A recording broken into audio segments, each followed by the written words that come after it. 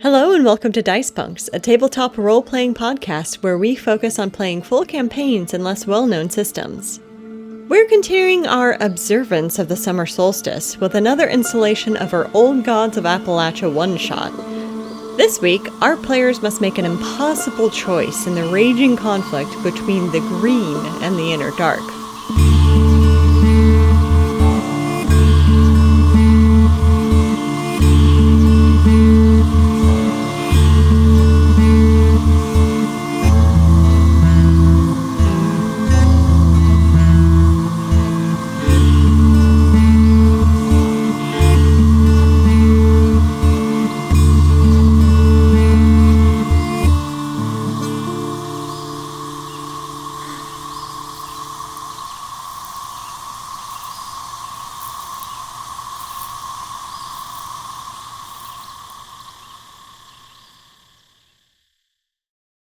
Hello and welcome. I'm Robin, your old GM of Appalachia, and joining me are...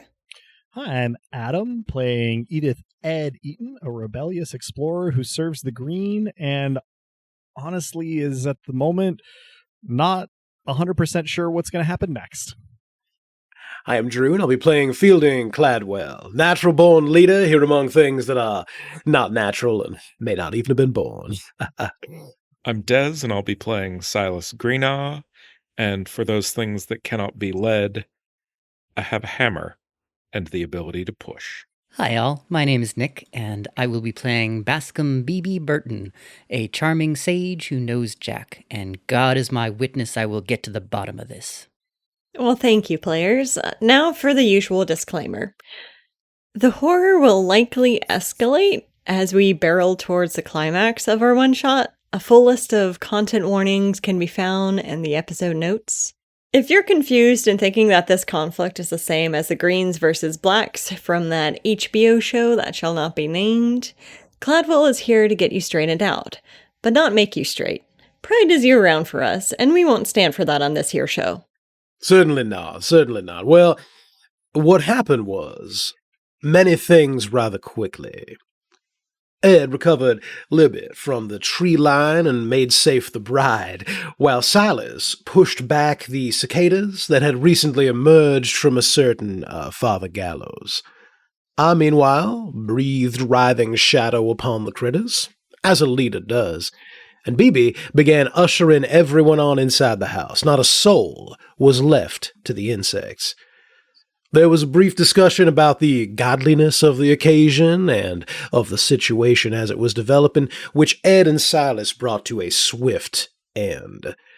So we, three of us and the housemaid Amelia, the latter of whom used a dripping red key and a dripping red Bible verse to open a door, which was not secret and had been in full view the whole time, as I'd said. We opened it and we all went down. BB, somewhere along the way, acquired a rat-like sense of smell.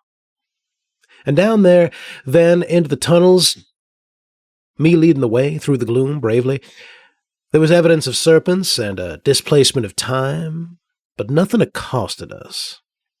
And in time, we came upon a doorway which led, well, up, into an open field, where we came upon an old tobacco barn under a stormy sky, and we went inside, and we found something dripping from the ceiling.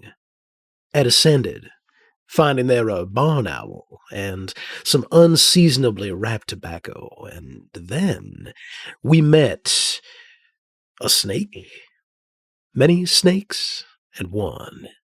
E pluribus serpens, e pluribus umbra. My own shadow spoke then, and was rather impolite in regard to decorum and hierarchy. But it seems the wedding we are here to attend is not merely a wedding, but a joining. There's sacrifice involved, you see, a price to be paid, and the insects swarming above had come, it seems, to stop it, to keep the payment from being made. So the time comes to pick a side. Amelia's friend, who we'd been looking for, well, we then lost hope of finding. They have feasted, and will feast upon her once more, not of the blood, but that which it has slumbered beneath for so long, said the snake, the snakes, the many, the one. The time does seem to come, as I say, to pick sides. And that's where we'll pick up. You've just left the barn, having been seemingly dismissed by the swarm.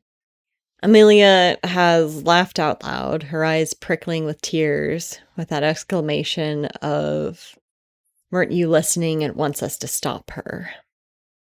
So this is my episodely reminder to listeners that I'm attempting an accent that my own grandparents had IRL.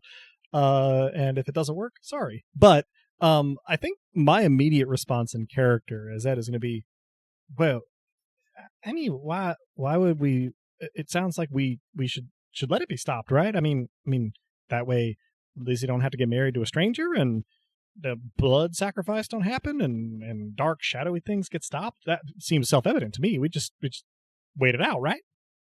Wait it out. The world's eaten by insects. Sounds simple enough to me. I'm going to narrow my eyes at Cladwell as if I can't tell if he's being sarcastic or not. I just look back. This moment probably lasts until somebody else talks. So, Almost certainly. is Cassie the cicadas then? Or is she just in charge of them? I'm gonna make kind of a Stephen Colbert eyebrow expression and then look between Silas and Amelia. Amelia shrugs. I don't know what's going on. She's always had the gift, and well, you heard what it said, that it was whatever it ate was of the same stuff that it was slumbering beneath. That sure sounds like Cassie. Well, and it sounds like the gallows, I mean, love Lizzie to pieces, but it sounds like they've been cheating, right? They've been making sacrifice to this shadowy something and getting a leg up on everybody else, and I didn't follow. Rich folks always do. Yeah, well, I didn't follow everything that Shadow said, but it sounded like it wasn't like they were giving up, themselves, their own blood. It sounded like they were well, not to cast undue aspersions, but preying on people. I don't much take to that.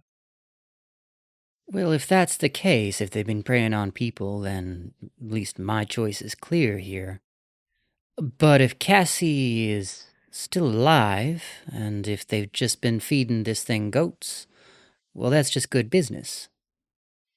Is it? Thank you.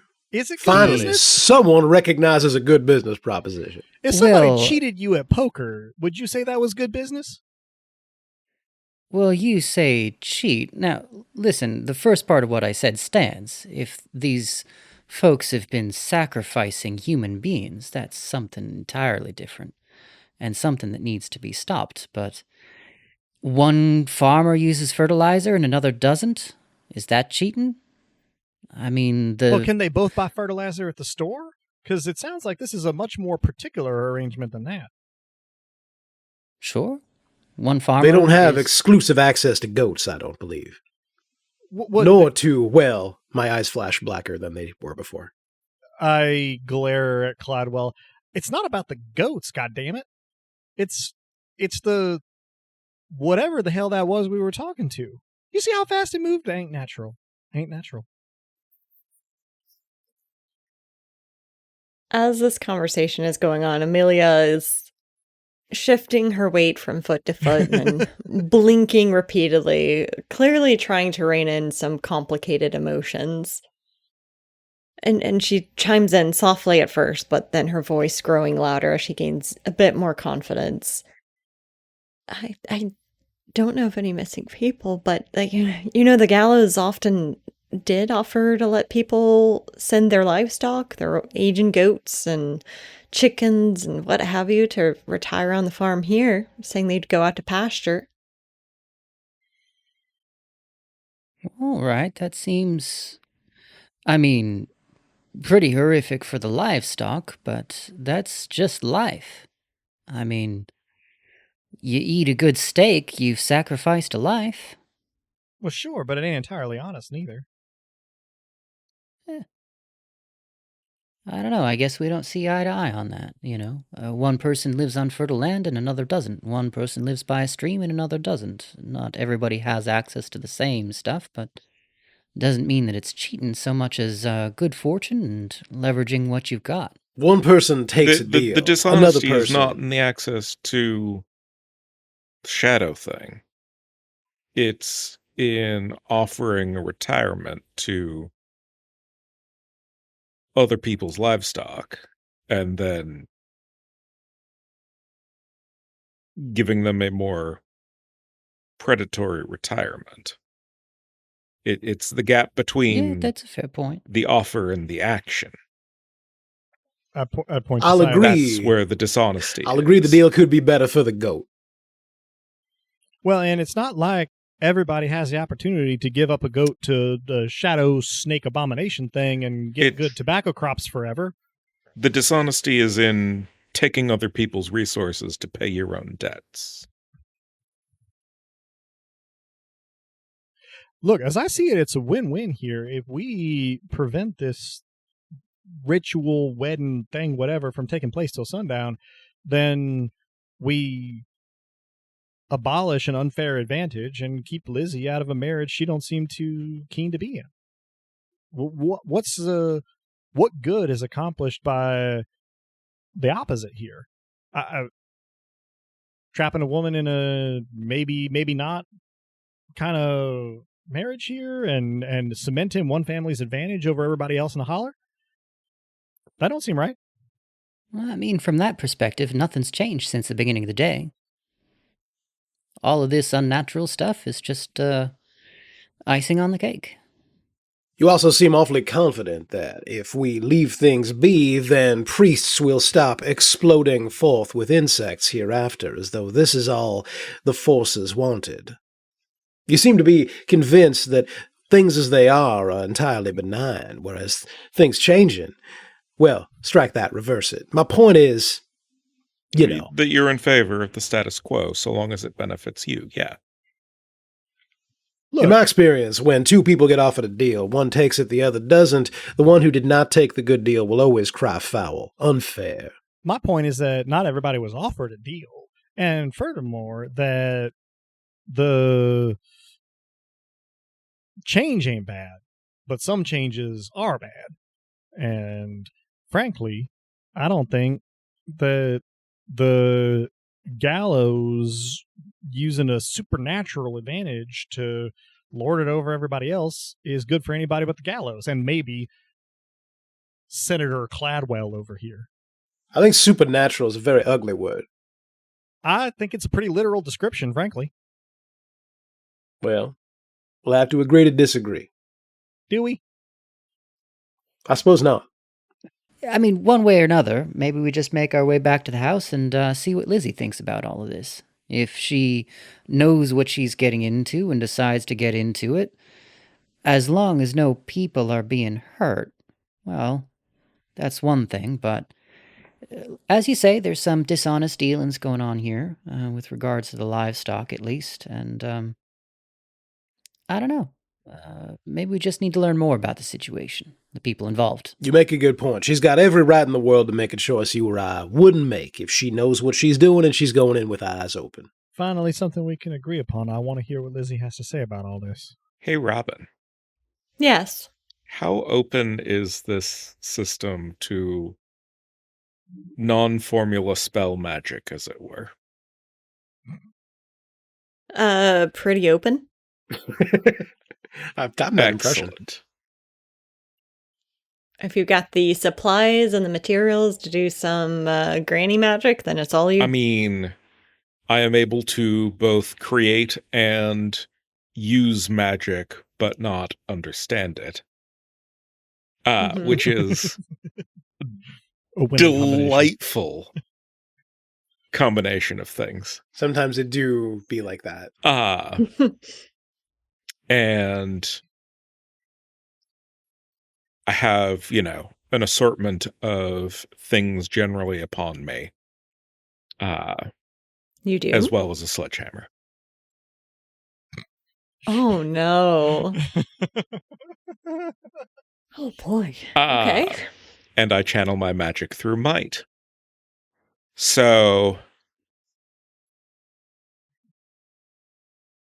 I ask if Amelia's got anything that has a resonance of Cassie on her. I don't probably use the word resonance because I don't know what it means. She looks at you in confusion for half a second, then gently reaches into the pocket of her apron and pulls out a single pressed dried flower. It's a mountain laurel, but it's been lovingly preserved, pressed between pages of a book perhaps, but now something she carries with her. And she passes it to you. I will take a leaf off of it and pass the remainder back. She looks relieved, tries not to look as relieved, and tucks the rest of it back into her apron, saying she had these in her hair the first time I met her. And I will take a thread off of, we'll say that I have some sort of map printed on like burlap or something, and wrap it around the leaf, and grass or vegetation from sort of 3 different directions relative to where I am, and tie it all together, put it on the ground, and thump the sledgehammer on it. Which direction is she? I'm gonna have you roll. Hey Nick, could I have you roll for me? What Sure can. tasks are eased for? Well, I'm trained in using So craft. Yeah, you're trained using and craft, so it'll ease it a Okay. step. And you will have, this will be a Yep. might roll. Do you have I edge in do. might? So I have yes, edge okay. 1 in might, and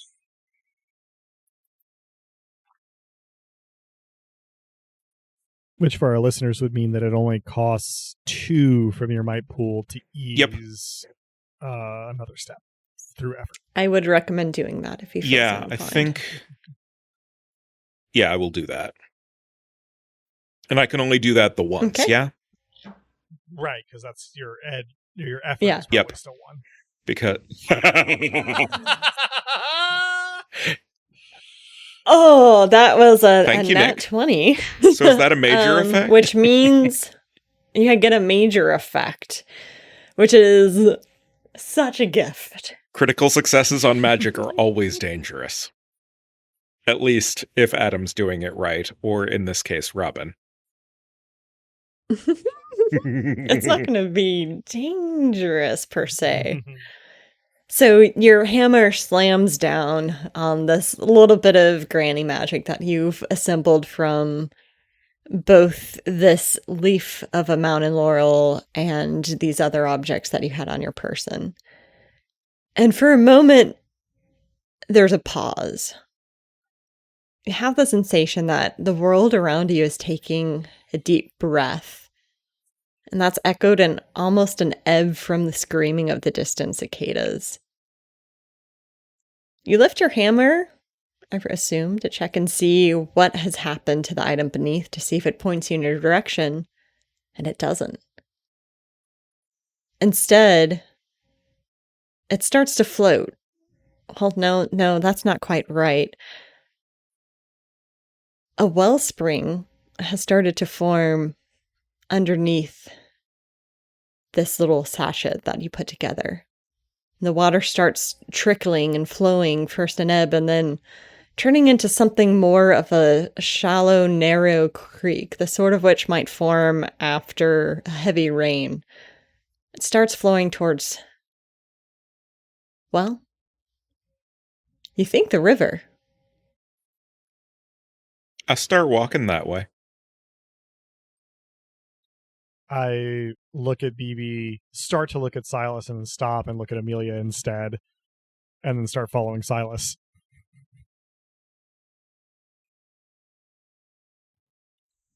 I followed you.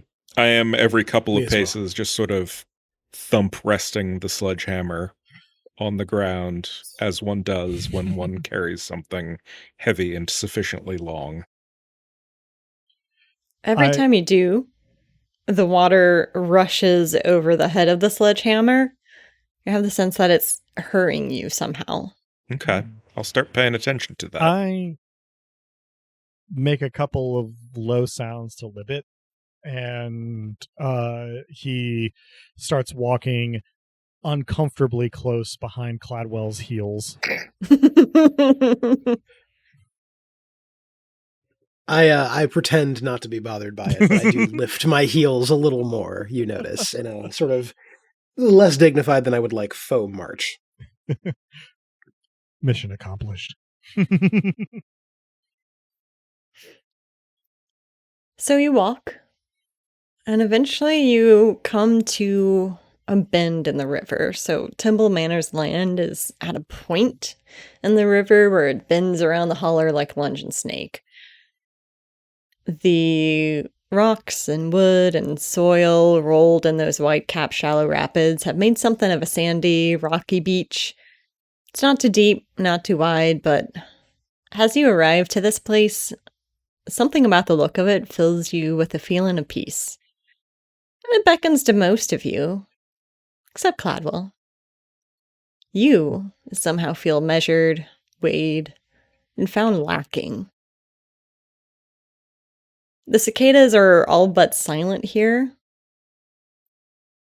And the few nymphs, the non-flying ones that remain, are almost hissing in what you can't help but liken to reverent church whispers. You can't see the rest of the brood themselves from here, but you can spot evidence of their passing, the holes from which they emerged, the abandoned husks of their rebirth. Across from you, the river splits in half around a small island, at the heart of which is what a weeping willow, with fronds so long they tickle the current, the two dancing around each other like siblings at play.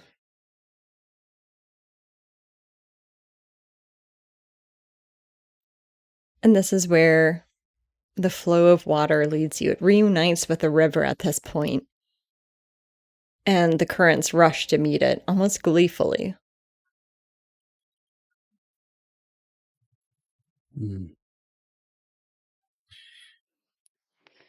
Absent anything else, I sort of stand up straight with my shoulders back, close my eyes, take a deep breath through my nose, and exhale it slowly through my mouth.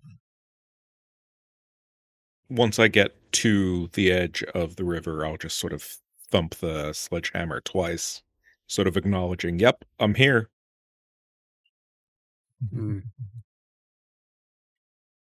I stay a pace back. I don't like being measured and found wanting. Really? This feels like a place of power, the confluence of the elements, and it seems like an appropriate moment to channel just a little trickle of that power into the artifact that I picked up in the smoking room. Excellent. So I would like to channel some of that power into the de facto tarot deck. And I believe that will cost you some experience. It will, yes. I will spend 1 experience, and I will use something called Magic Surge, which is something that I can spend 1 experience to reactivate a cipher, artifact, or other magical item that was previously depleted, ruined, or inactive, causing it to do something that's useful in my current situation. Excellent. So are you going to draw from the conjure deck? So, yeah, okay. So, what do I roll to draw from the conjure deck? A D6. All right. Can do. Rolly. 2.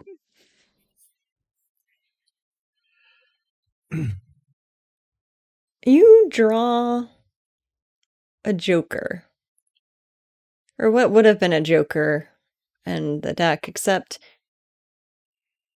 where the suit usually is. Instead, there's a singular black cat. It's well worn, so the cat is more of a void with bright green eyes that gaze out, almost seeing through, almost taking on a life of their own. You've once again rolled within the range of creating a creature card. So now you get to take on the aspect of this cat. Moderately jealous out of character.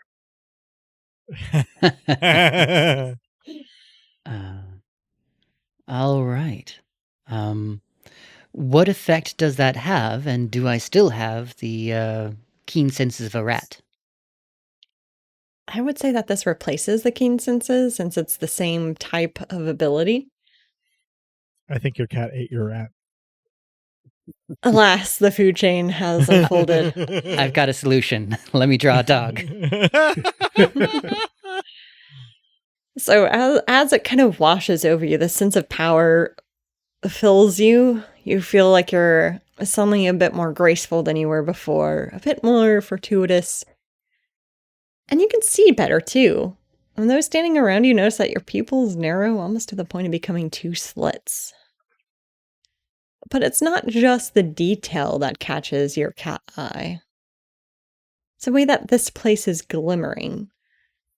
And the more you stare at the river, it's obvious now. You can almost see through the surface and through what those white caps are concealing, and you see something, someone. So, like, it's almost a glimmering, and then you can see with astonishing clarity through what the white caps of the current are hiding.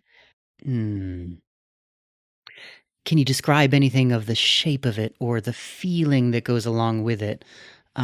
Is it moving in ways that the current may or may not be able to produce? What's the gist of what I get? It's still, if your eyes were not as keen as they were, you would mistake it for a boulder or something at the bottom, but it's definitely humanoid in shape. Fair. Yeah, all right. I turn to Silas and say, Silas, I've got old achy bones, but there is something of interest at the bottom of that river. Are you a strong swimmer by any chance? I can swim. I look moderately flustered and go, I mean, so can I. All right. Yeah, well, by all means. After you, sir. I'll smile and start down toward the river. What you need in the river? Hopefully before Ed jumps in, I kind of gesture to exactly where I'm looking for. You know, I can't quite make it out, but it seems possibly human, or ex-human as the case may be, but might be something entirely different. So Well, those do are keep my your wits favorite about people. And I mean, how long does it take me to get down to the water's edge? Not long. I imagine you walked right up to the it edge was of it. at the river. Sure. Mhm. Yeah, I making sure. So yeah, I put down my various weapons and other corrosible accoutrement on the beach, and I probably just wade in. And I'm going to need you to roll. All right, what am I? Ed, before you go any further, Uh-huh. do we have some rope, or would that be useful to avoid getting swept away by the current? I look vaguely insulted, but also I pause to see if anything is forthcoming in terms of help. I don't have rope, but Neither do I. I shrug and I start swimming across to the indicated area. What do you need me to roll in case I can ease it? So I'll like, describe what happens. Okay. And then you can decide whether or not you want to turn it into a roll. Because you're expecting to wade into this river, preparing to swim to the appointed area. But when you take your first step into where the river should be, the water parts. Interesting. I pause for a moment, look around, make sure everybody else is seeing this. Are we? Oh, yeah. All right. And then I take a tentative second step and see if the water continues to part. It parts again, but this time it rises almost defensively in front of you. A small wall. Not a threatening wall of water, but enough of the displaced water is now hovering at a unnatural height above where the water level previously was.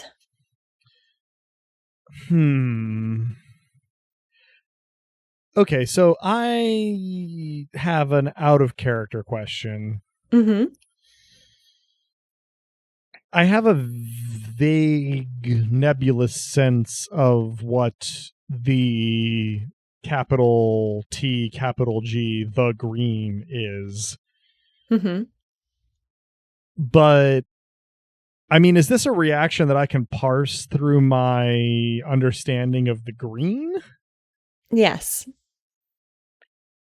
You feel, when you reach out with that capital G gift of yours, that you are encountering an agent of the green. And it's protecting something. Okay, as someone who serves the green, I don't know if I have a pre-existing sort of like concept for this or not, but I want to try to kind of, if there's like an agent of the green, I want to try to kind of communicate as best I can with it about like, can I proceed? What am I headed toward? Like, I don't want to offend anything here if I can avoid it. But if it's just parting to let me across, then yeah, I'll just like walk across the bottom of the river. But you know, if it's like drawing away from me because it doesn't want me to go across, then I will probably turn back. I don't know how easy that is for me to ascertain. It is not simply parting, but forming a protective wall in front of you. So you're reasonably certain that it's not threatening you. It senses you as a peer, but it is trying to protect something. Okay.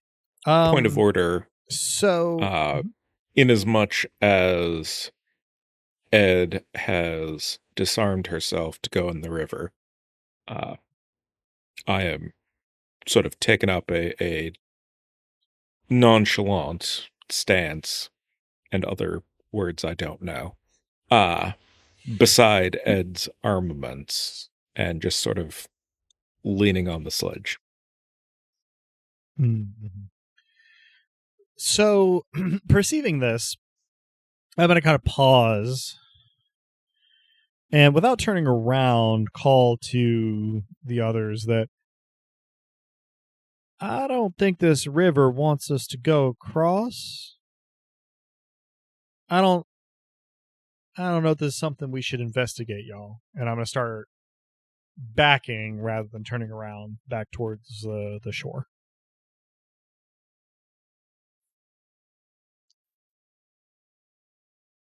Any other reactions?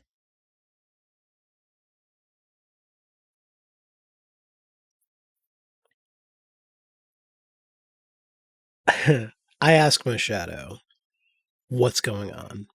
And why we're unwelcome. God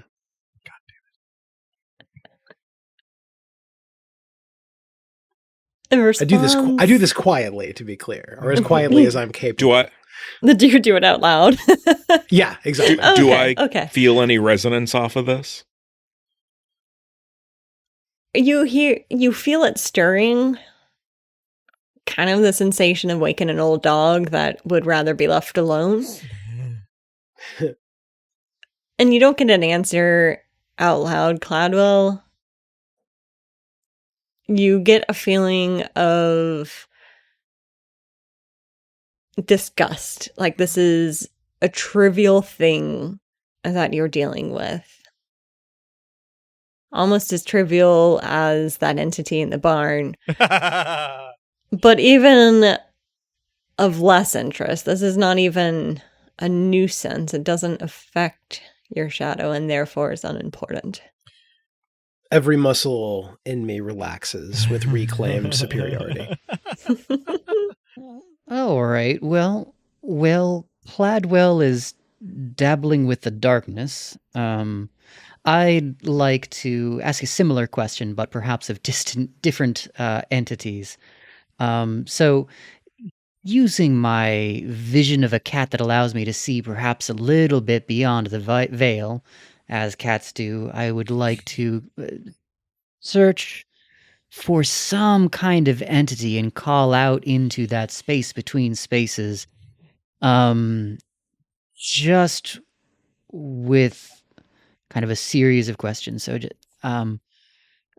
with all due respect, I call upon the spirits of this place to guide me, to guide us with knowledge, with insight, with a clear course going forward. What is that in the midst of the river? Or, failing an answer, what do we need to do to get closer to the bottom of this particular mystery? And I'd like to spend an experience point for a sudden vision. A flash of insight provides you with a clear answer or suggests a course of action with regards to an urgent question, problem, or obstacle you're facing. So you do have a vision, in fact. Your eyes dilate. Your pupils growing almost as round as your irises until your entire eye appears black in that particular way that Excited a cat. cat gets when they are seeing something that they desire, or in this case, seeing beyond.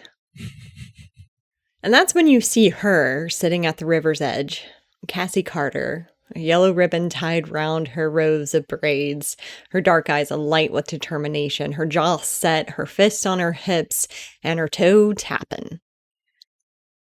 You feel admonished for half a second until Father Atticus's ghostly form passes through you without sensation, other than, of course, perhaps the uncanny startle of being immaterial, a ghost witnessing the past rather than the present.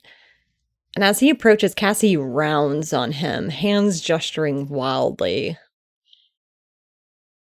And you're trying to piece out what's being said, but that's when you notice beyond this ghostly vision, these strange pale blue apparitions that you're seeing, that the sound has also distorted. The cicadas, of course, distantly are thrumming and screaming in waves, but it becomes more pulsating back and forth, ebb and flow, until each chorus sounds like the echo of the one that came before, and an endless ripple of sound and echo, echo and sound, until everything, the river, the wind, your own breath and pulse, has a faint, disorienting reverb. But you start to hear enough. Cassie knows about the animals that Atticus and Jethro have been feeding to that horrible thing. She's been finding bones for weeks, which led her to that damnable barn. She's been burying the bones in the river, trying to lay their souls to rest, but they wouldn't have any. She's starting to hear them all, every ounce of pain that damn demon had fed on going back before this generation of gallows, the voices of those that came before and were tricked into giving up their land to these people, the quiet suffering of the slaves that built the manor. Atticus responds defensively. First, hands moving in a calming gesture, telling her that she was seeing things, hearing things. Perhaps she should come to church so she could be freed of these demons. And then as she progresses, he gets increasingly defensive, quoting Bible verses about sacrificing the fatted calves and livestock for God, then told her the same lies that many white folks still tell themselves today about our ancestors, that his family had freed their slaves and offered them employment as indentured servants, as if freeing them somehow accounted for the cruelty they'd endured, as if freeing them didn't leave them to be trapped in this place since they were likely to get abducted if they tried to leave, as if indentured servitude and slavery were two completely distinct things. And it wasn't until Cassie threatened Atticus outright to tell everyone about the gallows consorted with the devil, that his posture stiffened, his eyes grew wild. She moved to march off, but he grabs her around the arms. She struggles, kicks, screams, manages to pull away, unbalancing them both, and sending them both tumbling down the steep end of the riverbank. Atticus lands on top of her, and Cassie, as you watch, poor Cassie's yellow ribbon was already turning red from where her skull had collided with a rock. Her wide, rolling eyes meet yours, somehow penetrating the veil through which you're observing her as a cold current of death rushes to sweep her down that dark river that will claim us all someday. But you can tell that she's not ready to let go. Not yet. And you see what Atticus misses. You see her dark hand plunge into the silt of the river, grab hold real tight to the earth and the spirits within. You see her lips moving noiselessly. At least, they were noiseless. Her voice reverberates in your head, its echo deafening. And she offers her soul to the river. She asks for strength beyond death to defy what has happened to her. She wants to rise again with the voices of the oppressed. She wants the currents to carry her resolve, bind her to the internal embrace of the green so that they may rise and become a chorus together when the time is right and when the green is at its strongest. And your vision narrows. You get a strange tunneling effect as you're suddenly unceremoniously deposited right back on the riverbank of the present, realizing that you're not standing too far from where Cassie had died. This seems indelicate to ask, even out of character, but would this count towards solving a mystery on my character arc?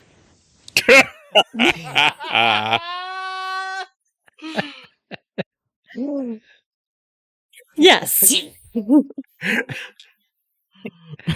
Now that that's uncomfortably settled.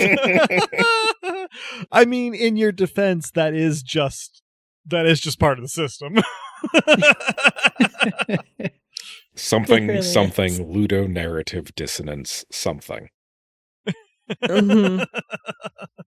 All right. Well, my peoples having gone wide, narrow again in the glimmer of sunlight across the river, and I turn to my companions. I don't know whether they've been doing anything in the interim. Yeah, how long did that take? Let's say, dreams don't take long at all. So it happens long enough for you to notice the pupils if you're paying attention to BB. Long enough to notice that BB has gone awfully still. And then it passes. I would say that in that time, I've returned to the bank and grabbed all the stuff that I dropped and maybe just noticed BB's pupils by the time he sort of returns to the present. Can't speak for anyone else, but that's probably what I've been doing. Not knowing that Ed was reclaiming her things, if BB takes a step toward the river or so, since you did mention that he found himself at the end in approximately where she'd died, I would just ease in the way of big folk who can move a bit more suddenly than you think to move myself between Ed and BB. Nothing overt or anything, just positioning. I also keep Cladwell in my field of view. I, on the other hand, am ignoring Cladwell. I clap a friendly hand onto the shoulder of Silas and then, let it go. I'm not lingering or threatening back. I'm just trying to ease the tension and say, non-verbally. And I say to my companions, y'all may be aware, especially in this particular group, that there's many things in this world that will talk if you can just listen. I've had a bit of insight into some of the questions that we've had. So y'all should know that, all right, thing the first, Cassie, while not exactly dead, isn't exactly alive either. Amelia lets out a sob. Care to... That's her at the bottom of the river there.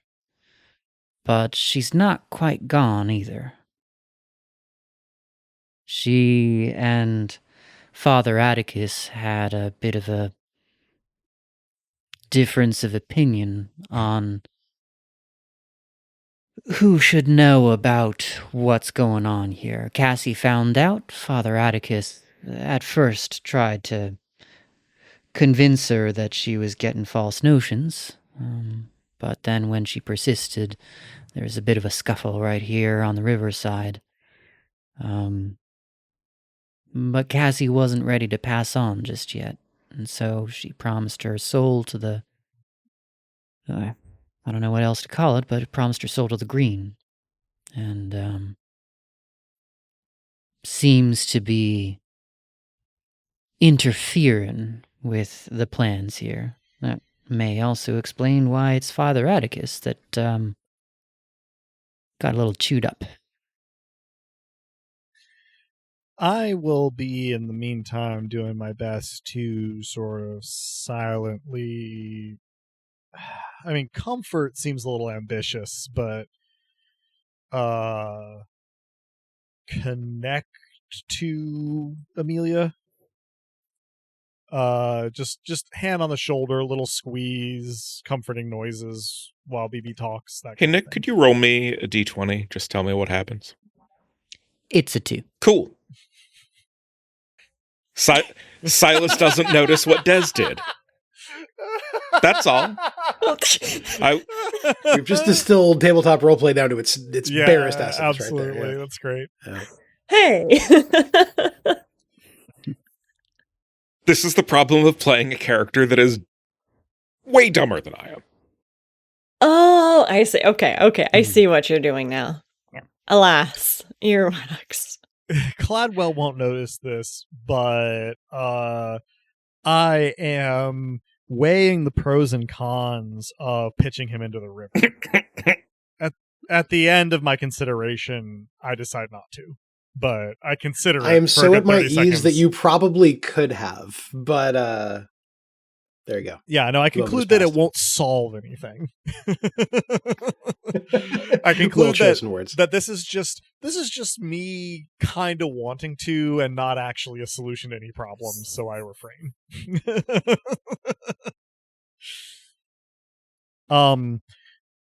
That said, I will fix BB with a serious but not in any way threatening look and say, well, just so I'm understanding what you're saying, Atticus killed Cassie. That's correct. And Cassie killed Atticus, perhaps, in turn, after a fashion.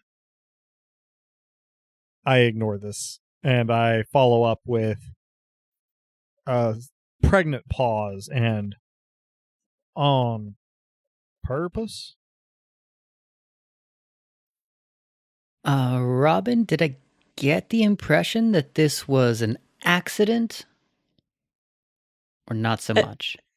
I had the sense that it was an accident, But in that moment, you saw a little bit of the mask fall from Father Atticus. Hmm. He wasn't going to let Cassie tell everyone. You weren't sure what he was going to do. You weren't sure that he knew what he was going to do, just based on him uselessly just trying to hold on to her and buy time before she and they both toppled down. Hmm. I don't know quite how to answer your question, Ed. If a feller fires randomly in a direction without looking, he may very well kill someone, whether he intended to or not. That said, the impression that I get is that God only knows if Cassie hadn't died by accident in that particular moment, when he was acting with particular recklessness. It may very well have escalated to intentional murder. Mm-hmm. Appreciate your candor, BB.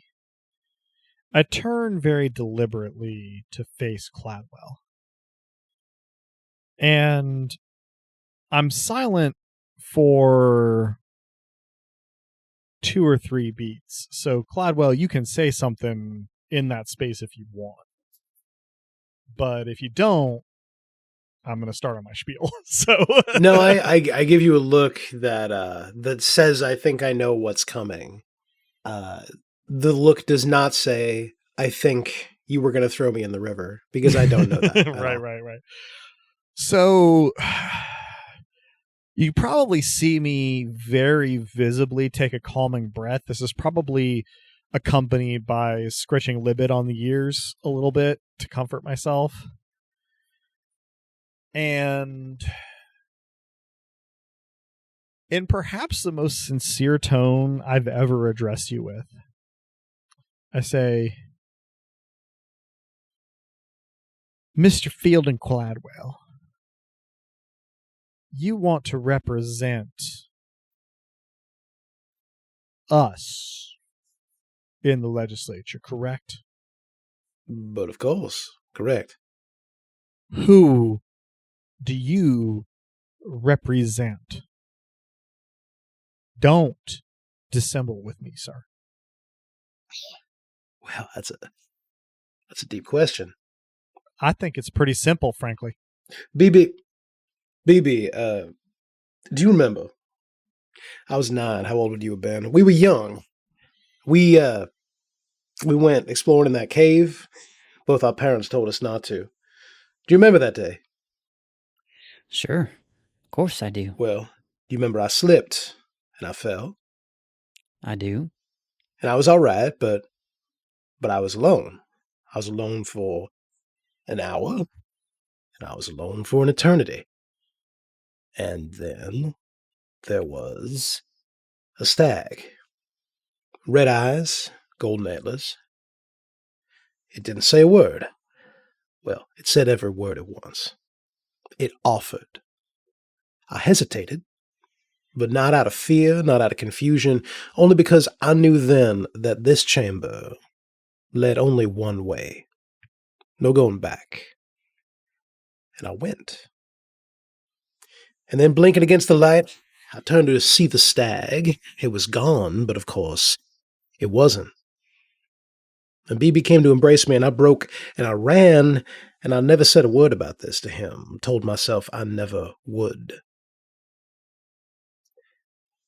And I never really asked what had happened to me. I just knew that I'd been led out of the darkness, and that I'd been chosen to lead others in turn. That is what I represent. I appreciate your candor, Mr. Cladwell. But I think, all politician-like, you have skillfully avoided the thrust of my question. The answer is I don't know. I probably do laugh in character. And I say, not to offend you, sir, but you may have lost my vote for Senate. Well, I do hope you'll reconsider, but damn it, does it matter so much where something comes from if the thing is good? You think every bad thing in the world comes from the same place, that all bad things come from the same source, that doing one thing leads you inexorably toward doing some other much worse thing. But maybe it don't matter where power comes from. Maybe we just need it. Let me be clear, Mr. Cloudwell. I don't think where power comes from matters half so much as how you use that power. And for me, I am a goddamn American. And I use my power, what little I have, for the little guy. Who do you use your power for, sir? Everybody. Big, small. Green, impossible. Shadow. Impossible, you say? Sounds to me like you don't believe in representative democracy. You can't be using your power for the gallows and also for the Cassies. That is impossible, sir. Explain to me how you can use your power for both at once. I ask my shadow this question. Drew, I love you. And I you. Also, I love the elegant sort of metatextual inversion of Robin now being Drew's life coach. And a terrible one at that. I mean, you are each the devil on each other's shoulders, yes. Devil means something super different in these two different It contexts. sure Yes. does.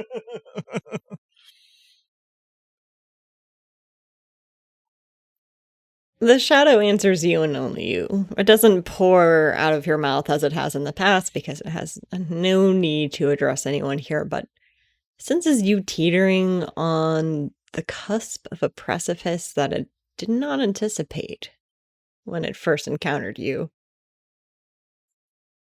So it reminds you that you are a bear. You are the king of your ecosystem. And what need has the bear to concern itself with the feelings of the fish it has to feed on to survive?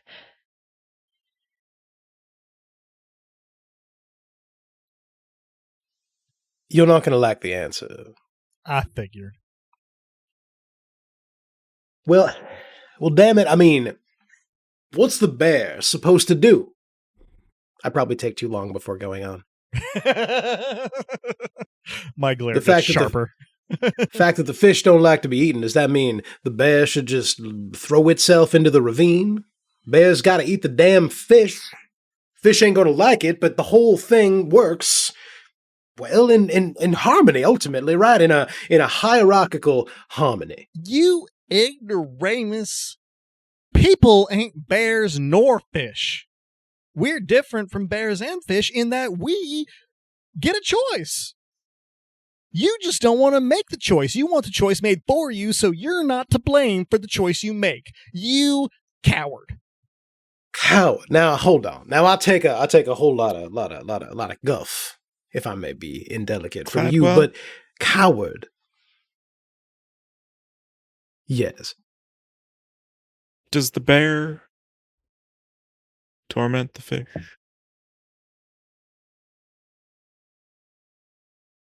Well, I'm not a damn biologist. No. I can answer that. No. Does the bear take more fish than the bear needs to survive? Gets as fat as it can, I believe. But again, not a biologist. Don't stockpile no fish, just eats till it's full. I take your damn point. Do you? I don't know that you do. What's the alternative? You fight for the little guy. What does that mean? What the hell does that even mean? What do you do then? What about this here wedding? What we just in the don't? Sam hell does this country exist for if not to answer that question? We could have kings if we wanted to. We decided not to. We fought a whole damn war about it. My eyes flit to be Everyone's do.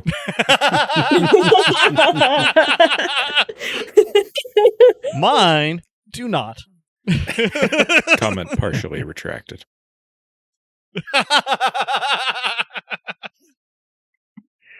Well, this puts me in an uncomfortable situation. Don't adjust. I've listened to both sides of this argument, and I feel like there isn't a compromise to be made, except that, on the one hand, sometimes very ugly things are needed to be done in order for a beneficent result in the end. I've done my fair share of such things in the war. Behind enemy lines, infiltrating. No more needs to be said about that. And on the other hand, there's a reason why we're doing all those ugly things. If we end up in a situation where folks that we care about are taken advantage of, that seems like evil for evil's sake. Now, none of this boils down to an answer as to what we do with this situation. I just hope it doesn't come to blows. For what it's worth, I have not grasped even one of my weapons yet. That last word's doing a lot of work. Sure. Perhaps if there's a pause here, what happens is after a beat, I look at Amelia. Her eyes have not left that spot in the river. She can't see below the whitecaps, but she saw where Baby was looking, and that's good enough for her. And she is trembling, her fist clenched, her jaw set as tears thickly roll down her cheeks. In the however brief silence, I will turn to her and I'll say, Amelia, what do you want from all this? I mean, obviously Cladwell's a prat, but I don't know. You knew Cassie best. What do you want? What would she want? Don't want to run roughshod with my imagination if there's a real answer to be had.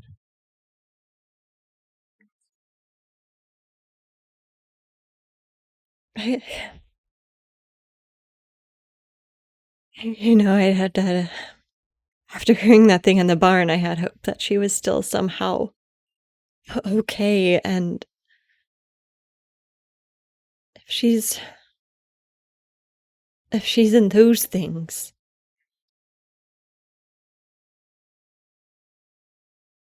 I don't know. My first thought is that I want to see that snake skinned. I want to make myself a fine new pair of boots. You and I, we gotta spend more time together, Amelia.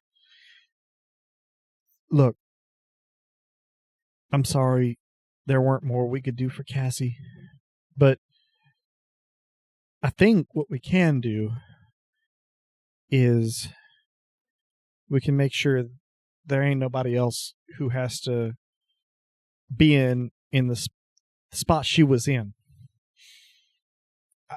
I don't know if that's enough. Maybe nothing ever could be, but God damn it.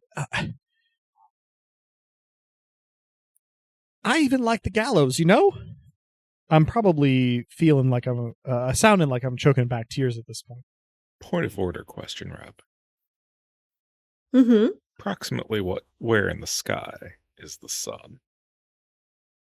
It is approaching the late afternoon, early evening. You were in that tunnel a while. You were in the barn a while. Mm-hmm. You're not yet running out of daylight, but your time is starting to run out. Mm-hmm. I'll follow up my pronouncement there with, I get the feeling that Lizzie was doing this whole wedding thing out of obligation to her pa. And I can't help but like him, Pa Gallows. He's an affable son of a bitch. But this ain't right. Honestly, I'm sorry for what happened to Atticus. I really am. No one deserves that, no matter what they've done. But I can't undo it. And I think if I gotta pick a side here, don't know if I do, but God damn it, if I gotta,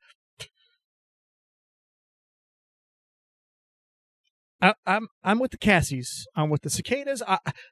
I don't think they deserve an advantage. I don't think that it's worth anybody's life, and I think we ought to. My voice gets softer. I think we ought to figure out how the mountains want to live with us. Not run roughshod over them. God damn it, I don't know if I'm making sense or not.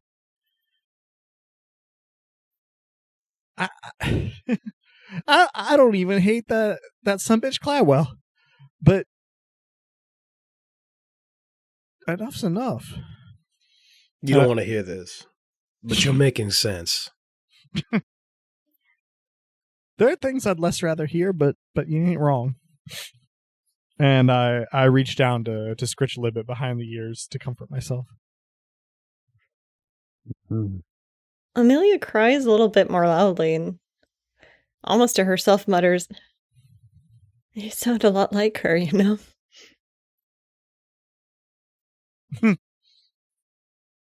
I take that as a compliment, I guess. If he's making sense, don't that put you in a bind? Oh, you have no idea. Ain't no way out of this bind. This chamber, as I may have mentioned, only goes one way. No going back. But if I've made a terrible mistake, well then, I'll live with it. It's the least a politician can do. That's an in-character sound. Robin, I'd like to ask you a question, and perhaps roll for the answer if that's indicated. But so, what do I think might happen to Cassie if the wedding is not called off, versus what do I think will happen to Cassie if it is? Will she persist indefinitely as a vengeful nature spirit if she doesn't get what she wants? Will she dissipate if she's not able to exact her revenge? Are there other stakes here with regards to the supernatural? Where are you directing this question to? I guess I'm wondering, first of all, what I would think as a sage about the situation, but if I don't already have a pretty good educated guess, gosh. I mean, Cassie herself might be the best source, but also a bit biased, and I'm a little scared to ask her.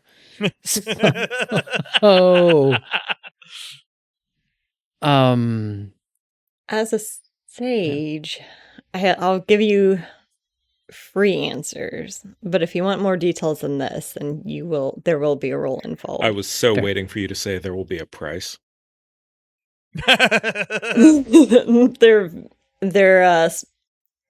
That's essentially the answer.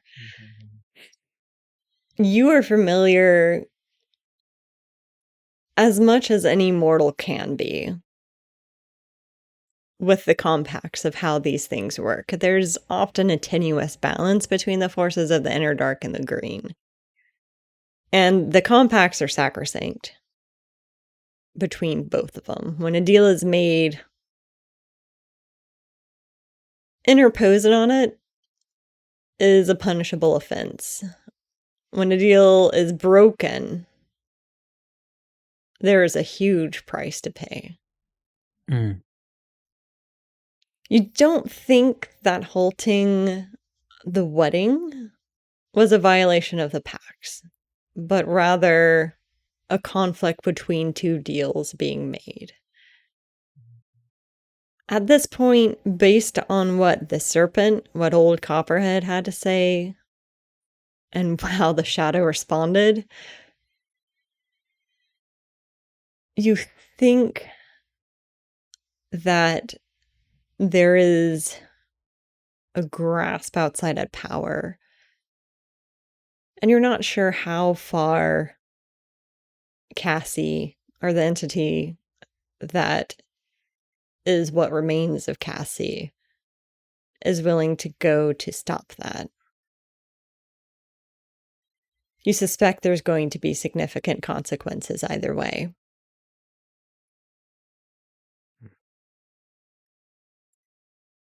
That's good enough for me, for the time being.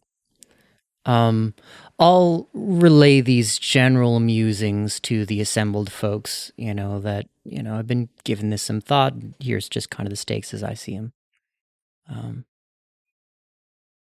There's not going to be great things that happen to the folks involved, whether this wedding goes forward or stops. What if we goddamn do have a king?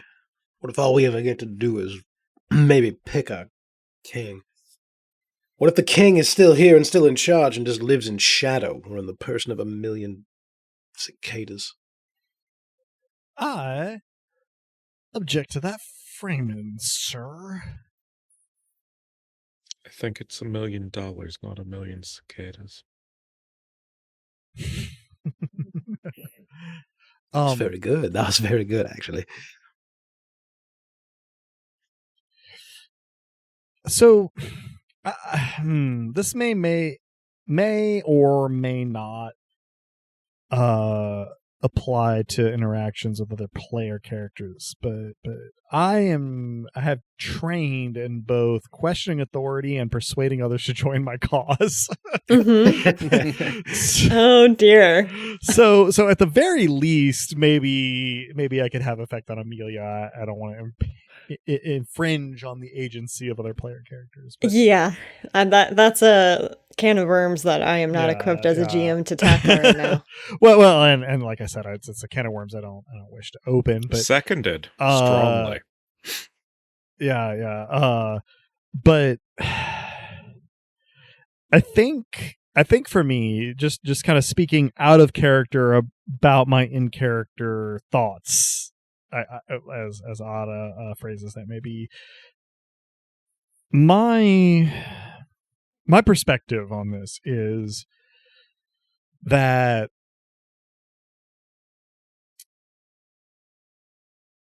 from my point of view, there is a very cut and dry argument to liberty here. Right, that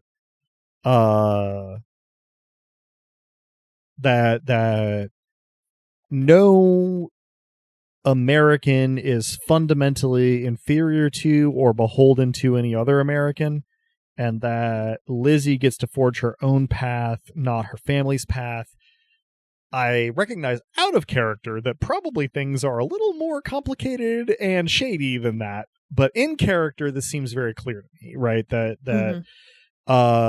these are both served very clearly by preventing this wedding and ritual from going through, right? In character, that seems very obvious to me. And so I am going to do my level damn best to be eloquent and persuasive on this point. Having heard everything that BB had to say, having been very unimpressed by what Cladwell had to say, I'm going to do my best to make my case. I guess it is a GM call if there's a role involved. If there is, I probably want to make it before I say anything, sort of like in dialogue in character. Yeah. And you're convincing Amelia? Yeah, and to the degree that my fellow players want to take it into account, feel free. Okay. I guess that's the way I'm approaching this. So I'm going to peel back the curtain a little bit here Mhm. and say that typically, like, any rolls against NPCs are made against their target number, which also functions as their HP. And I have a set target number for Amelia. In my mind, your 2 skills that are relevant here would ease it. I'm trying to figure out how to navigate the fact that she's already inclined in that direction. Ease it another too. step? Sure. Yeah. Which means it will still be a roll, but it's almost not. I don't want to jinx it, so go ahead and roll. Well, I was gonna say, so this is perhaps the most important thing to Ed that I've done so far. So I've got my questioning authority training, I got my persuading others to join my cause training, and I am gonna spend 3 for my intellect pool to ease it another step, because I am definitely putting effort then into you this. don't have to roll. All right, so I'm down to 4 pool in intellect, but this is perhaps the most personally important to me thing that I have done so far in this in this old Gods of Appalachia thing. So without then rolling, I am going to do the tried and true thing in rhetoric among Americans and appeal to the spirit of the revolution, the founding of the republic, the throwing off of the yoke of monarchism, and I'm going to try to do justice to that with my dialogue, and to the degree that my fellow player characters are convinced by it, sans roll, so much the better. So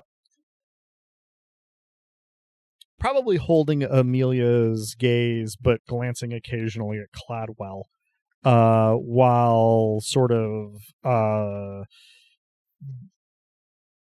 giving various sort of affectionate sort of scratches and pets and gestures at Libet. I'm going to say, we fought a whole damn war just a little bit before I was born, so that we wouldn't have to deal with this, and pardon my language, this bullshit. The idea that some people are worth less than others is frankly un-American.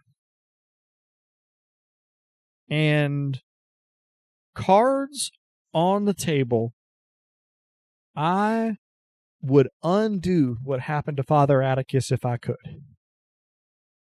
But he brought it on himself, committing violence to uphold an unfair status quo, as Mama would have said. She were real educated, Mama. What's a status quo? The way things is, Silas. Thanks. No problem.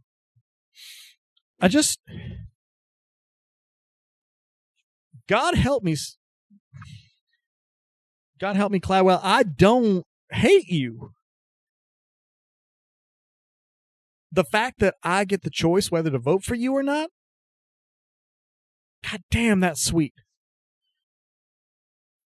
But what choice do the servants of the gallows get? What choice did Lizzie get? I think, and I gesture toward BB, if we're going to honor the spirit of the revolution, if we're going to stand firm in what this land tells us, I don't think we can let this wedding happen. And for the finale, I fix Cladwell with my gaze and I say, I don't blame you for taking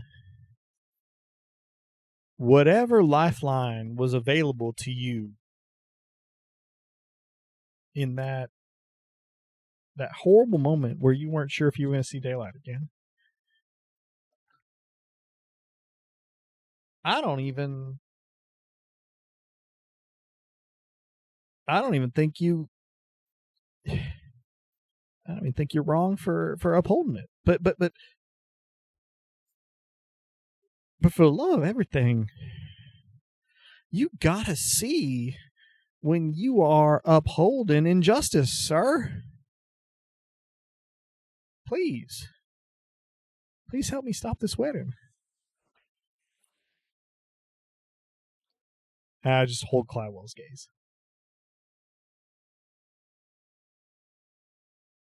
You are a very generous person. You know that about yourself? God help me, I try to be.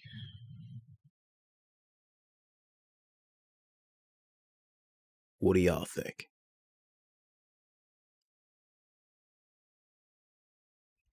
Now, I think if it were up to me, I'd agree with you, Ed. But what I really think we should do is find out what Lizzie wants. Because she's the one that's getting married or not getting married. And ultimately, that seems like the kind of choice and free will that you're arguing for, Ed. Now, you lost me a little bit on the nature bit, because it seems like it's in nature's nature, for lack of a better word, to fight against nature. Salmon doesn't give up and jump into the bear's mouth, and it doesn't care if the bear doesn't eat and starves to death. The bear doesn't care what the fish wants. It just goes ahead and gobbles them up. Nature sometimes goes with the flow and sometimes doesn't. I But look to the side and nod reluctantly. I think it really comes down to what Lizzie and what her husband-to-be, to a lesser extent, decides they want to do. If they both freely enter into this union, knowing the consequences, I don't know how I'd feel about standing against that. Are Lizzie and Samuel the only ones whose opinions on this matter? Like, they're the ones entering into the marriage and all, but the deal, the bargain, goes well beyond them. After all, well, how many folk do the gallows employ? What could they do elsewise if they weren't beholden?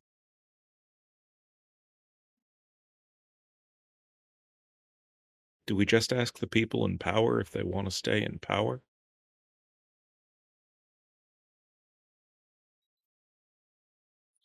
I'm probably looking at Silas while he's talking, but when he finishes, I look at Cladwell. Looking to me for a solution. I mean, you want to know what I think? You want to know what I thought till today? I thought, well, the metaphor of bears and fish was not precisely in my head, but I suppose what I thought, if you had asked me, was that, yes, we people, we are not bears and we are not fish, but only insofar as we decide which we're gonna get to be. Somebody's got to be the damn fish. Ain't nobody figured out a system yet where someone doesn't have to be the fish. I frown, but can't quite formulate a comment yet. The promise of America is that more and more of us, more year on year, get to be bears and not fish, and maybe we'll live in some kind of utopia where ain't nobody have to be oppressed, but as you may have noticed, we ain't there yet. And that don't mean the whole thing gets thrown out. My understanding is that servants aren't being sacrificed to this thing, but it's worth considering, Silas, and you make a good point, that a servant has already died in the threat to expose this thing. Less a matter of the sacrifice, more a matter of the life they could lead elsewise. You saying they'd be better off elsewise? Amelia clears her throat and looks at Silas and Cladwell sharply. If the two of you are done discussing my future while I'm standing right here, I have where the else do you... decency to look embarrassed. Less a matter of discussing your future, pardon the interruption, but more a matter of asking your opinion. So, I don't dislike the Gallows. They've taken perfectly fine care of me, but the problem is that they took my Cassie away.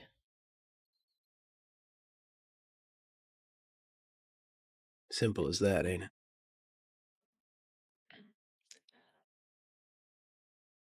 I don't know how the other servants feel. They've been appreciative, but where else would we go if not in this holler?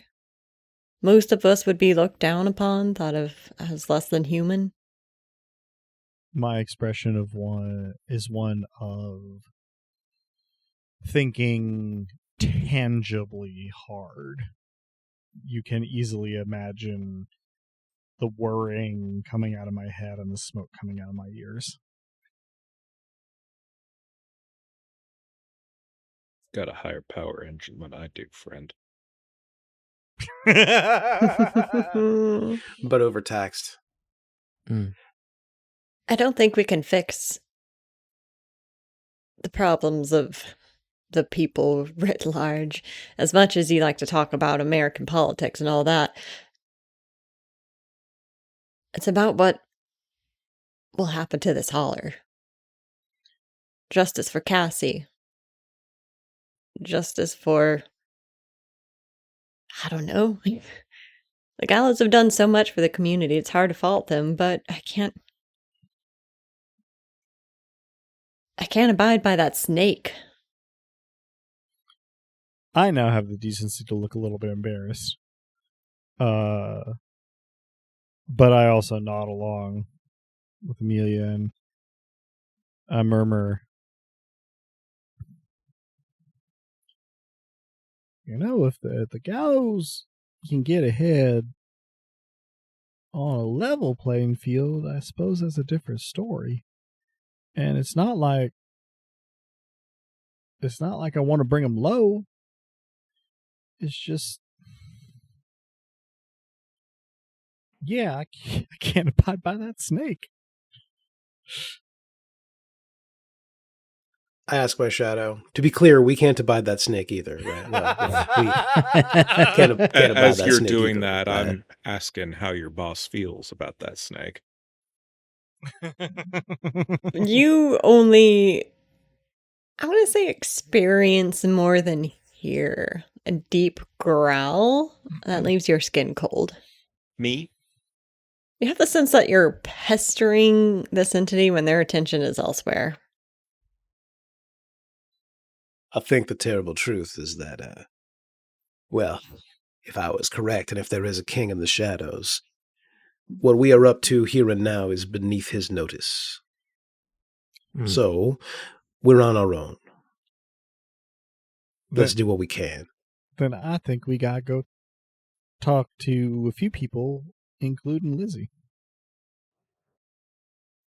No objection here. Off we go. Though, if we're going after that snake, we're gonna need a bigger gun. Well, I'm hoping we won't have to talk to it ever again. But I guess I don't know All what right. the future holds. I will, at that point, heft my sludge.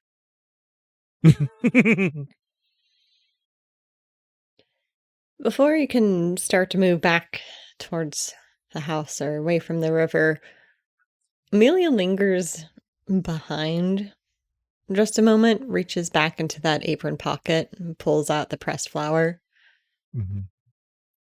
She looks consideringly at it in her hands for a moment before nodding decisively once to herself and lowering it to the surface of the river. BB, if you're paying attention, your cat eyes pick up something interesting. At first you think it's the reflection of her hands lowering the flour to the river, but then you realize there's another pair of hands, just the echo of them, reaching back unable to touch, but straining all the same. Haunting.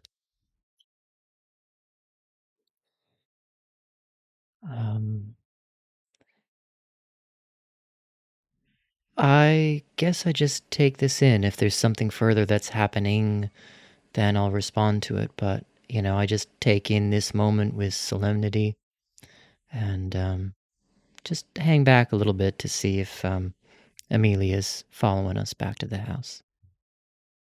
She rises, wipes her hands off on her apron, and turns with a newfound steel in her jaw, her gaze, her step, as she follows you back to the house.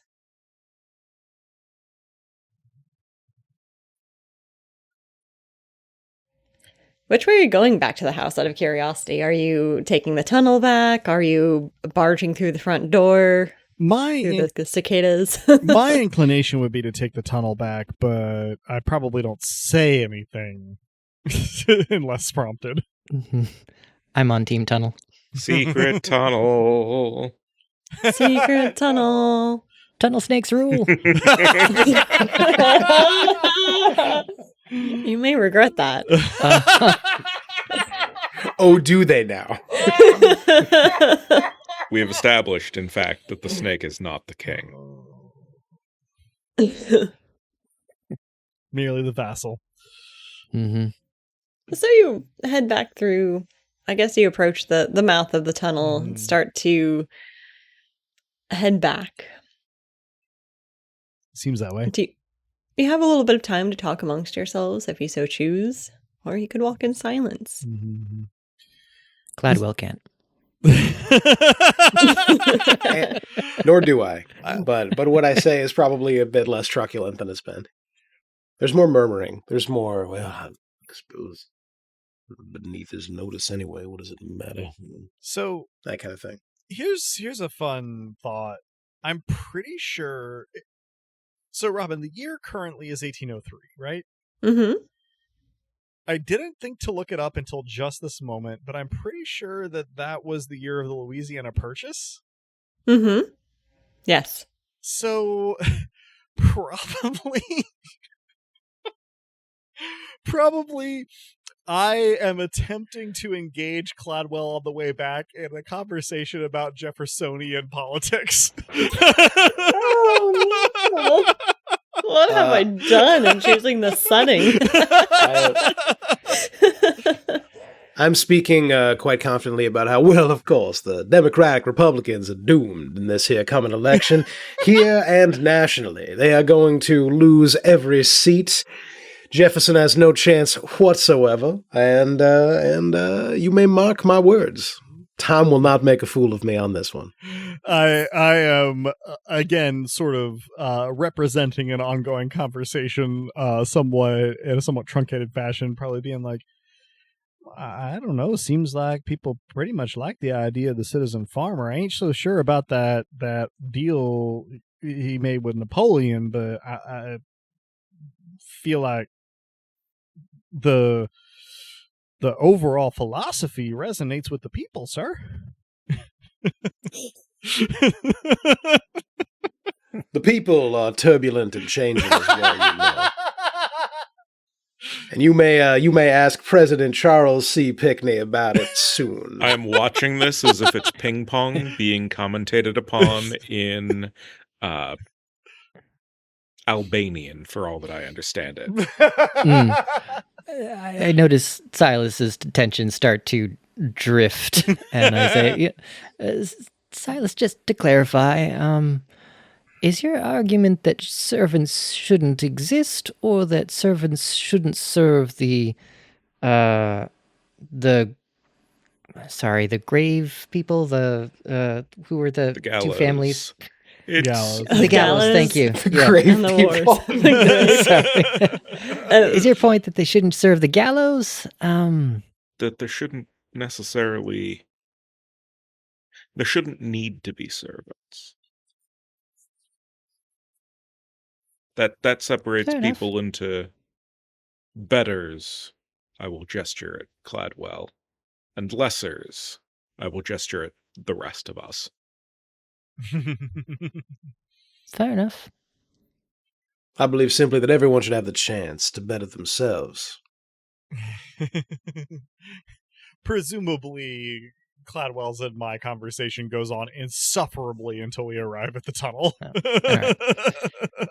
I make a series of predictions, which the listener, if they're anything of a history buff, will know are all wrong. But we're too early for the wigs, so we can't make those jokes. We're not quite there. We're not quite there. So in due time, discussing politics and comments that are sure to age well, you emerge from the tunnel and find the study much as you left it. It's empty. It seems like the commotion is still out in the main house. You can hear, unsettlingly now, the scuttling of cicadas against the Temple Manor windows, the exterior walls, the occasionally crunchy pelt of their bodies against the windows as they test for weaknesses, but find none. So, and you're back in the house. Arriving back in the house, I'm going to make a beeline to Lizzie. So I apologize for interrupting. Just a quick question for you as the GM. I don't quite understand how resting works. I've got a cipher that, Mima's notebook that does some such thing, and I know that we haven't really used any ciphers yet. So I'm not sure if there would be some advantage to using it now, or if we should wait until we're injured because it was some kind of a healing something or other, or if the spending of stuff from our pools represents an injury. It's effort and energy yes. and power and all of that. I think maybe passing back into the tunnel, it'll be a good time to take a 1-round recovery roll where we each roll 1d6 and add 1 to divide among our pools. Like, maybe we close the door behind us and just kind of all take a deep breath and look at each other reassuringly or something like that. Yeah, and that'll only take a few seconds, so I would advise that you recover what you can from your pools. Nothing ominous about that So statement. I rolled a 5, giving me 6 to distribute between my pools, which I'm probably going to all put into intellect to bring me back up to 10. Hey, Drew, could you roll for me as well, Fantastic. please? Happy to. Des rolls a 5. That is wasted on me. I had 3 points missing. Looks like you're all recovered then. Yeah.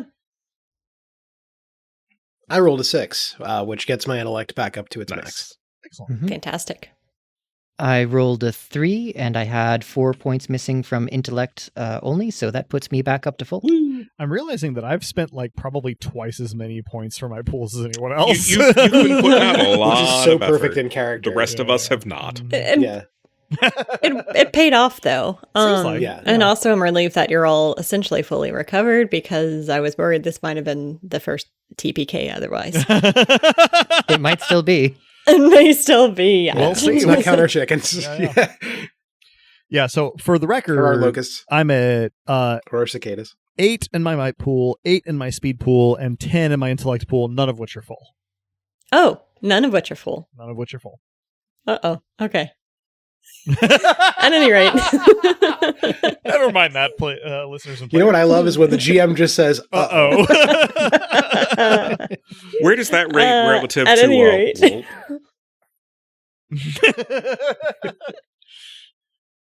I'm not sure. We haven't discovered that full scale of reactions yet. We'll figure it out as we go. Yeah, that's for me to know and you guys to find out. Right. Nature of the beast. So you're back in the study now. You took a bit of a breather, an opportunity to close the door behind you, even though the wards have been broken.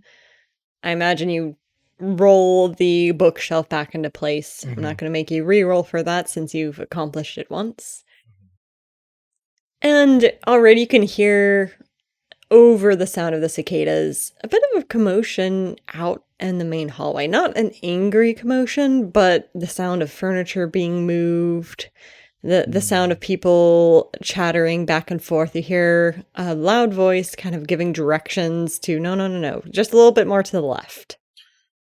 All right, well, I'm going to hurry out to where the folks are standing and try to seek out Lizzie pretty much with tunnel vision.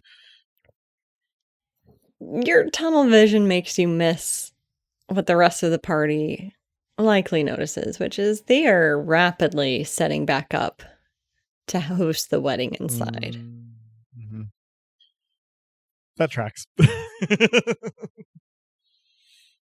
Lizzie, as far as you can tell, is nowhere to be found. She's not where you left her, kind of in this main entryway, but looking at the setup and the fact that it seems to be mostly servants and some of the attendees all aiding and arranging spare chairs that they found throughout the house into a pseudo walkway for the bride, an aisle for the bride, and arranging furniture to look like an arch for the couple to be married in front of.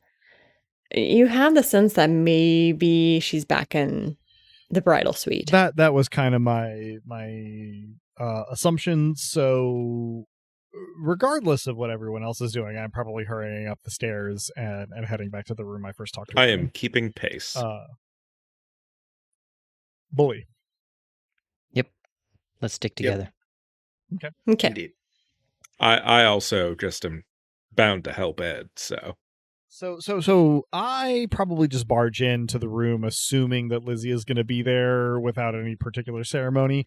This may or may not cause a commotion, I guess.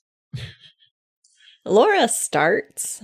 She was sitting much in the same place as she was previously, reading what appears to be some kind of pamphlet or another, likely one of Maul Gallows' treatises on gardening.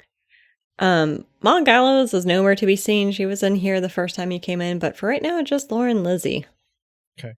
So I am going to nod peremptorily at Laura and then rush over to where Lizzie is. I'm going to try to get close enough to speak low and not overly audible. Though probably I should give a chance to everybody else to say what they're doing before I get too far into it. I'm mostly going to be reactive, so.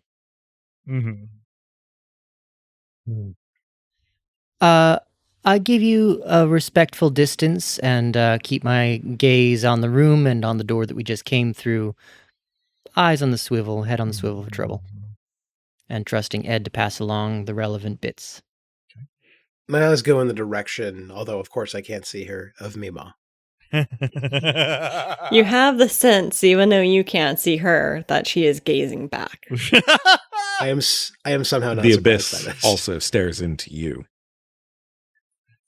So, approaching Lizzie, I reach out to take one of her hands in both of mine, and I sort of kneel, but instead of on one knee, kind of on both, and then sort of sit on my heels.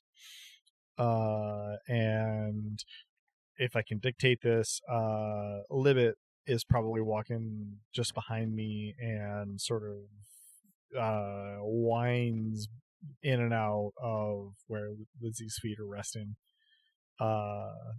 And I look Lizzie in the eye and I say,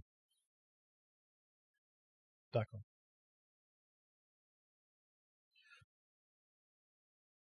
if no one else mattered in the world, what do you want?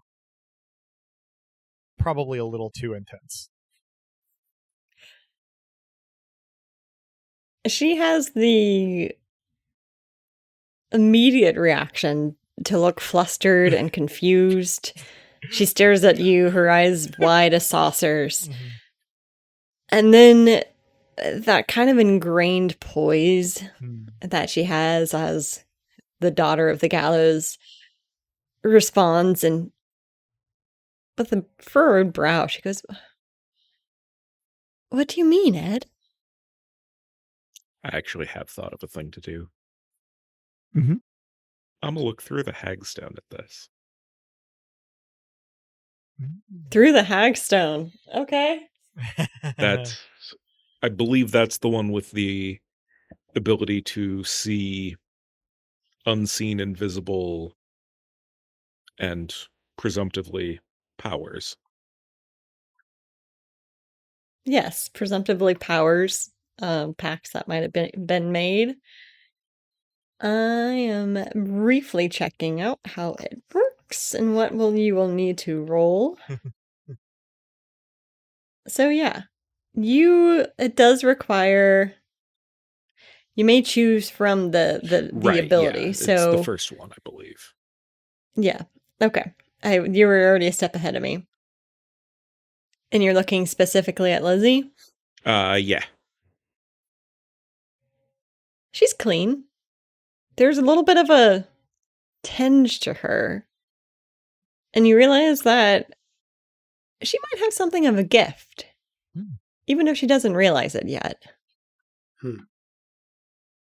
What does Ed look like through the hagstone, since I'm looking in that direction? Oh boy.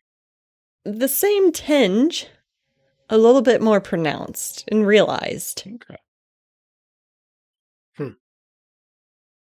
I assume that consumes the hagstone then, functionally.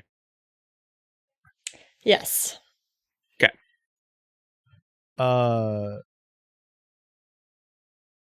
I'm probably a little manic looking in Lizzie's eyes. Mhm. And I try my best to be clear and explain to her. And I say, look, Ducklin, if you didn't owe nothing to nobody, what would you do with yourself right now? What would you want for yourself if nobody had a claim on you? Well, Ed, I just lost my uncle. I know, Ducklin, I know. It's it's been a day.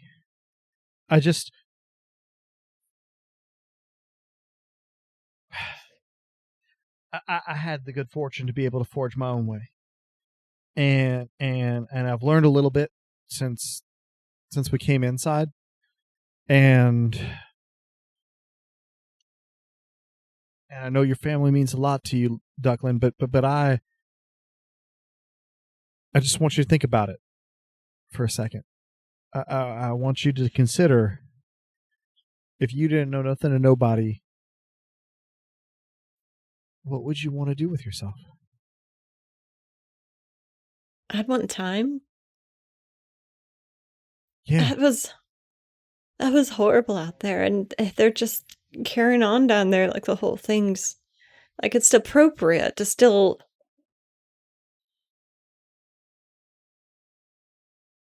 Yeah. I know everyone's visiting just for the wedding, but wouldn't it be better if we just? I could. Ed, Yes, Ducklin? it's just a lot. Yeah. And I don't know where all this is coming from. I don't know what you know about your family and about your uncle and whatnot, and cards on the table. Well, nothing hidden. It don't much matter to me. I Just out with it, Ed. this wedding, it's more than just you right now, but it could be just you later. At least I think so. And I want you to be happy, and I don't want you to be used. And Are you well? What he's trying to say is that there are powers at work in this wedding. Pardon my language, sir, but no shit, what do you think all these bugs are? I love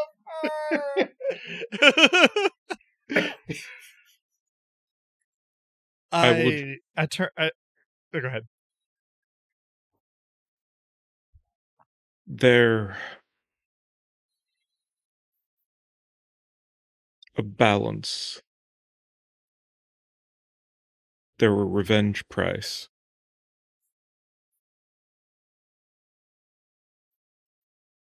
They're the opposite force that would be served by the wedding.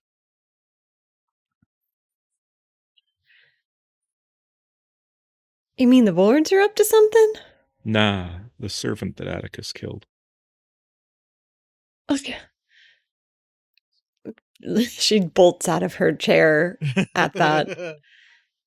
And it's almost to the point that her hand jerks free of Ed, but she remembers herself, and right as she would knock the chair back with the force of her standing, she catches herself and moves a bit more slowly. This is me with a disadvantage on positive social interaction.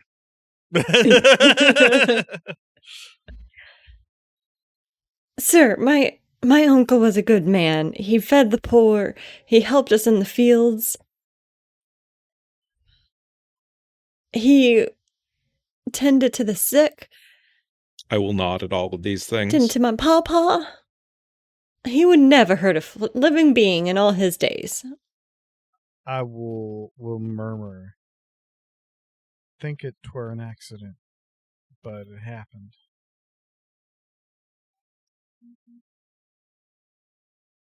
If you want to go through with this wedding, I want you to do it. But I want you to have some time. But I want what you want. How am I? My uncle just died, and now people are telling me that he was a murderer. I will almost say something, but then stop myself. Ed, if I didn't know you were as right as rain and as sturdy as the bedrock under my feet, I would think you've all gone mad. Laura kind of looks over her shoulder at this outburst and then buries her nose with a sour look back into her reading.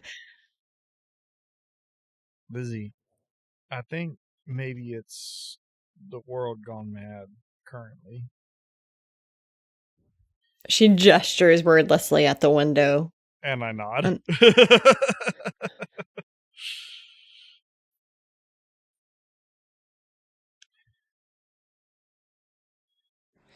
Seeing Lizzie gesture wildly and say, "You've all gone mad," I approach a bit closer. I had been kind of keeping a distance and was just outside of the barely audible range, but it seems like the conversation is raised a bit. So I'd come over and says, "I guess you told her about the supernatural snake and the blood tobacco." Not in so many words. A super... She stutters out those words, obviously not comprehending the taste and feel of them in her own mouth. My head goes like limp on my neck, and I look at the floor. You hear a slight pop as Laura closes her pamphlet, sets on the table, and turns away, pretending as though she's not listening at all. I like Laura out of character.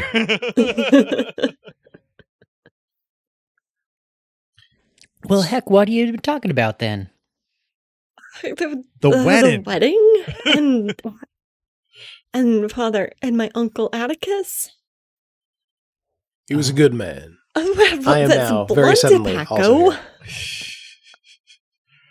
Yeah, Well, that's an indelicate description, if ever I've heard one. There's a good deal going on, if I may, miss, and, well, we don't seem to have a whole lot of time, to put it right.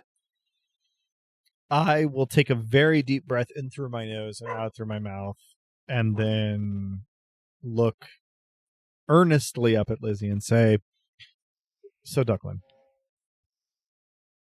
your family, they are, well,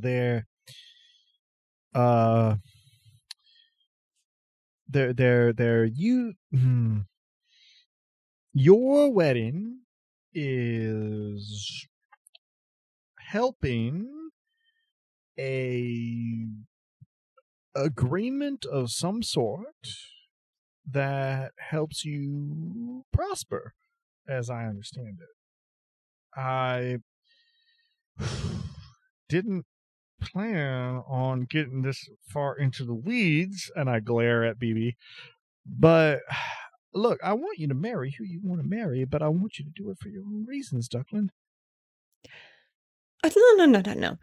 We are not going to make this about my wedding that my uncle died at and the bugs ruined when you just told me that my family made a deal? With what? With whom? I look up at BB with a sharp glare.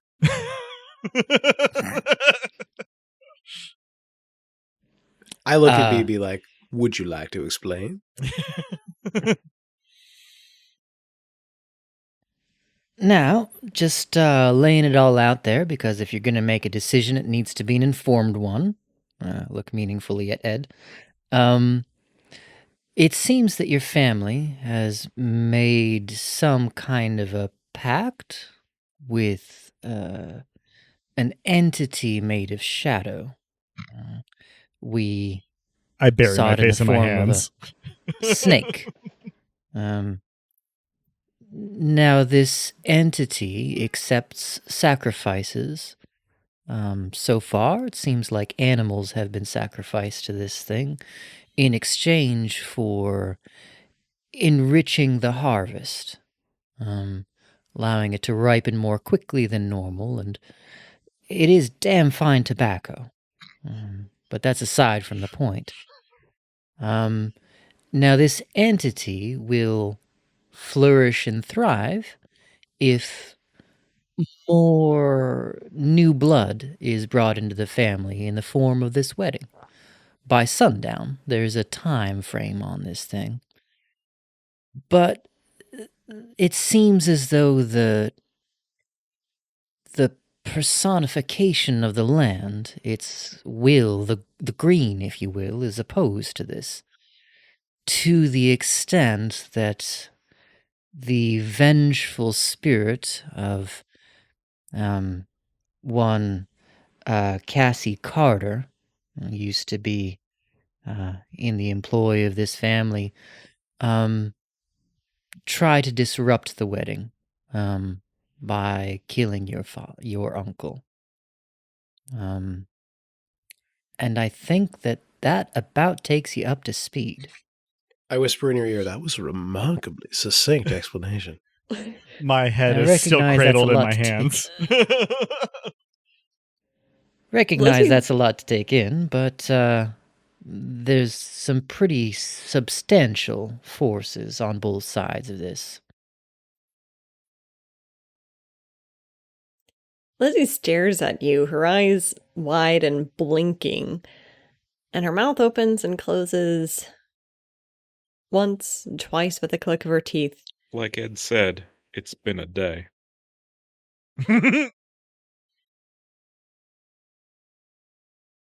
Either we've all gone mad, or this is information that I want to hear from my pa's mouth himself.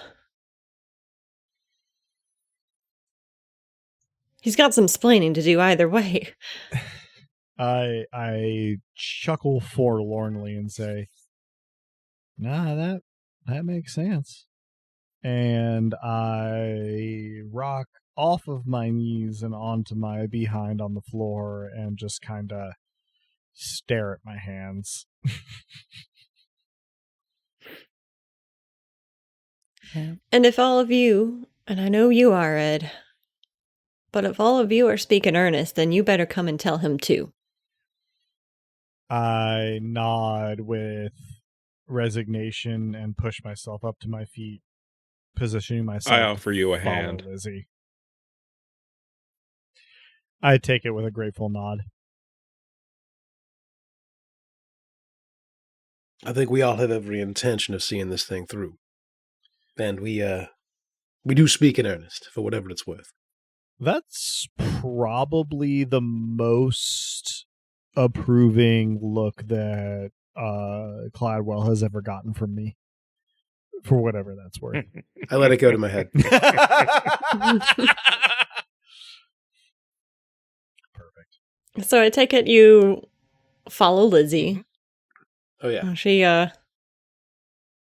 passes by Laura, who looks like she's deep in thought. Mhm. And as Desi, you're going to say something? Remind me which family Laura is a part of. Okay. Ward. Future sister-in-law. And a healer. As you, BB, pass by her, she catches your arm, looks you dead in the eye and says, "Well, when you're ready to deal with your snake problem, I know just who you can go to." And that's where we'll end our session. Oh. Well, hell. And that concludes this session of Dice Punks. Thanks for joining us, and I hope our players and listeners enjoyed it as much as I did. Join us next time, won't you? If you're hearing us now, then you probably know where to listen to this. But we can be found almost any place one can listen to podcasts, as well as on the wider web at dicepunks.com and on co-host and Tumblr as @dicepunks. With that, I think we're ready to say farewell. Say goodbye to the kind folks at home, players. Deploy honesty strategically. Said Gladwell. Oh no! Got something else to say, actually. Thank you for listening. And, a representative represents all of the... Wait, no, that's impossible. A representative must select carefully which... Well, that doesn't sound right. I gotta go. I'm confused. Thanks for listening, folks. And why eat your words when you can insert your foot in your mouth? Yeah, thanks for joining us, folks. And if you'll excuse us, we're going to go fry a bigger fish. We've got bigger fish to fry. We're going to go bear some salmon. I don't know. We'll figure it out next week. And as the poet once said, when we were made, it was no accident. We were tangled up like branches in a flood. I come as a blade, a sacred guardian, so you keep me sharp and test my worth in blood. So show me that which I cannot see, even if it hurts me, even if I can't sleep. Show me the way.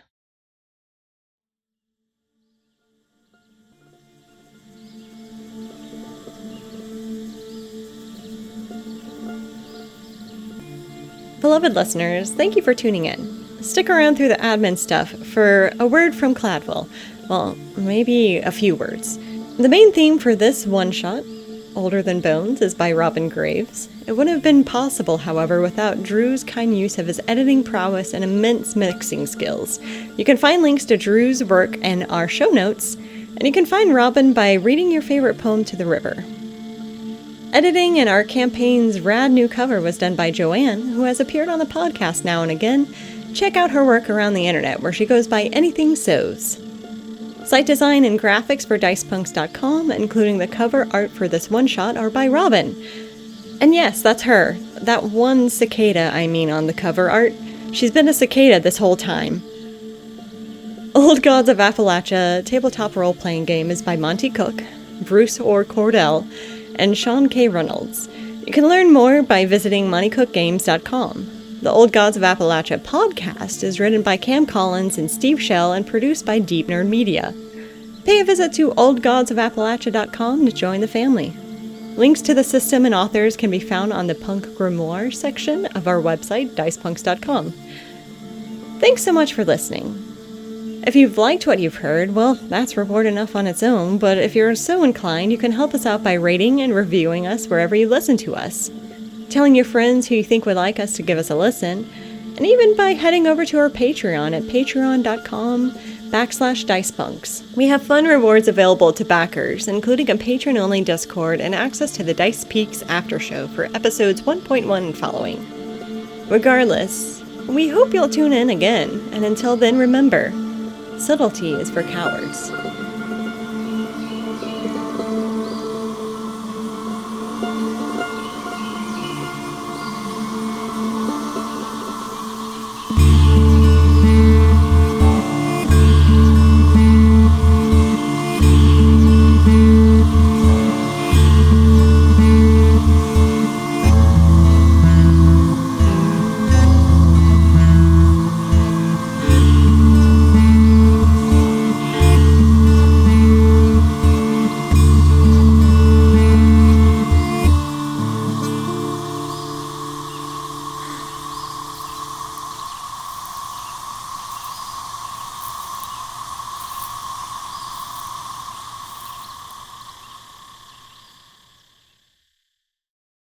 My story is much like that of many a man here. I was born in this here hollow, my father having come here in pursuit of the sweet life that we all, I dare say, have found.